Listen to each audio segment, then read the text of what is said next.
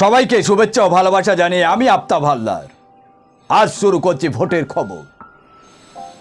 প্রথমে বলে রাখি, কোনো সাংবাদিক 100% নিরপেক্ষ হয় না, কারণ তার মনের মধ্যে তার নিজস্ব স্বাধীন চিন্তা ভাবনা থাকে। কিছু কারণে তার নিজস্ব স্বাধীন চিন্তা ভাবনাটা চেপে রেখে অন্যের গুণগান করতে হয়, বিভিন্ন চাপের মুখে পড়ে। সেই সাংবাদিকের কিন্তু কোনো দোষ দেখছি না আমি। যারা ওই সাংবাদিককে বিভিন্ন দিক থেকে চেপে ফেলে তাদের গুণগান বলাচ্ছে, তাদের দোষ। যাই হোক, এবার মূল আলোচনায় যাই। সারা দেশে একটাই কথা এখন চর্চার বিষয়বস্তু হয়ে দাঁড়িয়েছে, পুরানো বিজেপি বনাম নতুন বিজেপি। একটু পিছিয়ে চলে যাই, না হলে আপনারা বুঝতে পারবেন না। 2014 সালে বিজেপি ক্ষমতাসীন হওয়ার পর থেকেই নরেন্দ্র মোদী দলের পুরানো মুখগুলোকে আস্তে আস্তে ছেঁটে ফেলতে শুরু করে। মোদীজির যুক্তি হলো, কখনো বয়সের অজুহাতে, আবার কখনো প্রভাবশালী বলে তাদেরকে সরিয়ে কম গুরুত্বপূর্ণদের সামনের সারিতে তুলে আনে।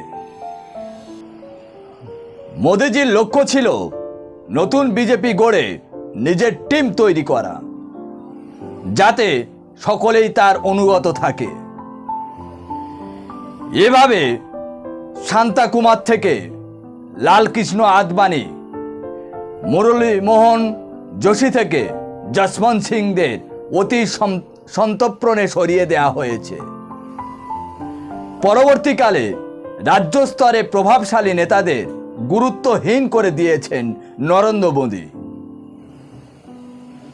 2024-এ লোকসভা ভোটের মুখে এসে মোদী দেখছেন পাশা উল্টে যাচ্ছে, কারণ অটল বিহারীর বিজেপি এবং লালকৃষ্ণ আদবানির বিজেপি আমলে নেতাকর্মীরা ও জনপ্রতিনিধিরা ক্রমশ নিজেরাই বসে যাচ্ছেন। দলের অন্দরে এখন এই বিষয়টা নিয়ে বিরাট চর্চার বিষয়বস্তু হয়ে দাঁড়িয়েছে। মোদীজির সামনে মোদীজি মনে মনে নিজেকে বিজেপির জন্মদাতা ভাবতে শুরু করেছেন। এইবার বলি, কেন এরকম কথা আমি বলছি। 2024-এ লোকসভা প্রথম দু দফা ভোটে কম বেশি সব রাজ্যেই ভোটের হার কমেছে। তার মূল কারণ হচ্ছে বুথ স্তরে বিজেপির শক্তি প্রদর্শন ঘাটতি ছিল। নিজেদের ভোট কর্মী ও নেতাদের সেভাবে ভোটের ময়দানে লড়াই করতে নামতে দেখা যায়নি, বিশেষ করে আদি বিজেপি কর্মীদের মনের অবস্থা এরকম জায়গায় এসে দাঁড়িয়েছে যে এই দল প্রকৃত তার বিজেপি আর নেই। এখন মোদীর দলের পরিণত হয়েছে। এই নিয়ে বিজেপির মধ্যে একটা চোরা লবি কাজ করছে, যেটা আমরা উপর থেকে সেভাবে উপলব্ধি করতে পারছি না। একদিকে অটল বিহারীর বিজেপি নেতাকর্মীরা, আর অন্যদিকে মোদীজির নতুন বিজেপি নেতাকর্মীরা। কেন এরকম কথা বলছি আপনাদের মনে প্রশ্ন জাগছে, তাই তো? চলুন পুরানো বিজেপির পরিসংখ্যানটা দেখে নিন। এই নির্বাচনে পুরানো শতাধিক বিজেপি এমপিকে বাদ দেওয়া হয়েছে, তাই তাদের একটি বড় অংশে নেতাকর্মীরা ভোটের ময়দানে নেই। উত্তরপ্রদেশে বেরেলি কেন্দ্র থেকে 8 বারের বিজেপি এমপি সন্তোষ গঙ্গোয়ারকে এই ভোটে বিজেপি টিকিট দেয়নি।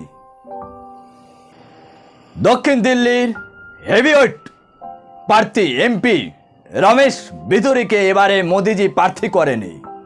আসামে বিজেপির প্রবীণ নেতা ও প্রাক্তন মন্ত্রী রাজেন গোহেনকে এবারে বিজেপি প্রার্থী না করায় তিনি রীতিমতো বিদ্রোহ ঘোষণা করেছেন।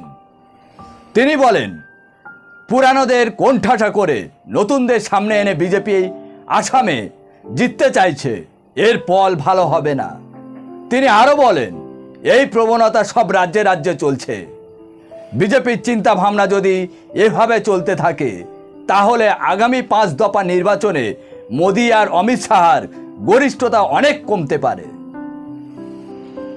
আমাদের আরও একটা বেড়ানোর চ্যানেল আছে, ছুটিতে যাই, প্রতিদিন সকালে দেখতে পাবেন, আর বেঙ্গল নিউজ প্রতিদিন সন্ধ্যায় দেখতে পাবেন।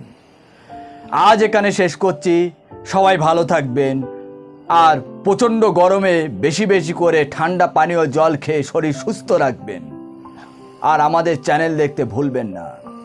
Tata, bye bye.